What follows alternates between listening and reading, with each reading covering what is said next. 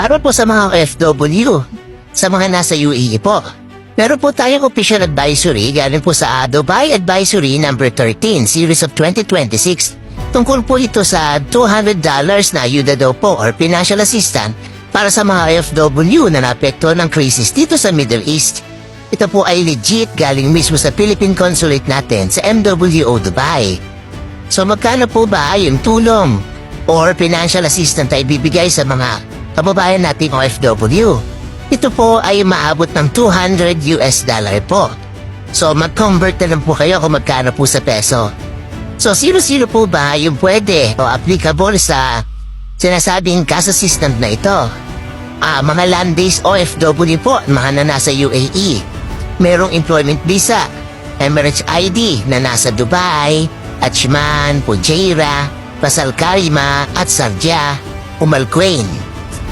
Yung po yung mga naapektuhan ang kailangan po naapektuhan ang trabaho ng dahil po sa crisis.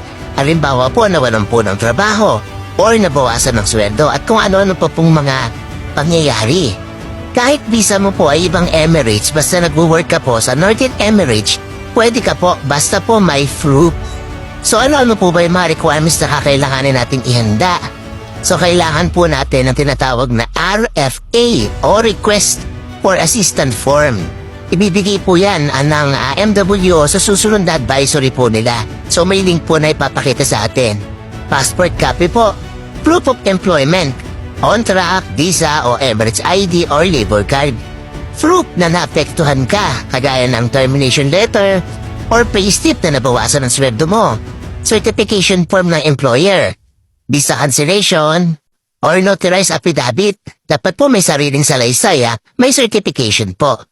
So paano po ba mag-apply? Importante po ito Online lang po ang gagawin nilang application. So hindi po kailangan pumunta sa office. Maghihintay pa po tayo sa ngayon ng official application link form na i-announce po nila sa kanilang website, sa Facebook or ng ating MWO Dubai. Kung mapipili po tayo by a money transfer po ang mangyayari po nito Tandaan lang po wala po pong open application sa ngayon. Initial information pa lang po ito.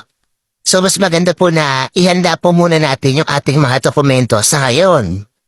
At maghihintay pa rin po tayo sa susunod na announcement sa atin ng DMW. So mag-abang-abang po tayo ng kanilang announcement. So syempre, bottom line lang po tayo, sisimplihan lang po natin Totoo po ba na mayroong ayuda na sinasabing $200? Totoo po. Para lang po ito sa mga OFW na naapektuhan ng krisis sa ngayon. Hindi po pwede mag-apply sa ngayon. Online lang po ang proseso, wala pong walk-in. So kung gusto niyo po ng ganitong mga tip at topics, ito lang po ang inyong lingkod sa Kabusog. Don't forget to like, follow, and share.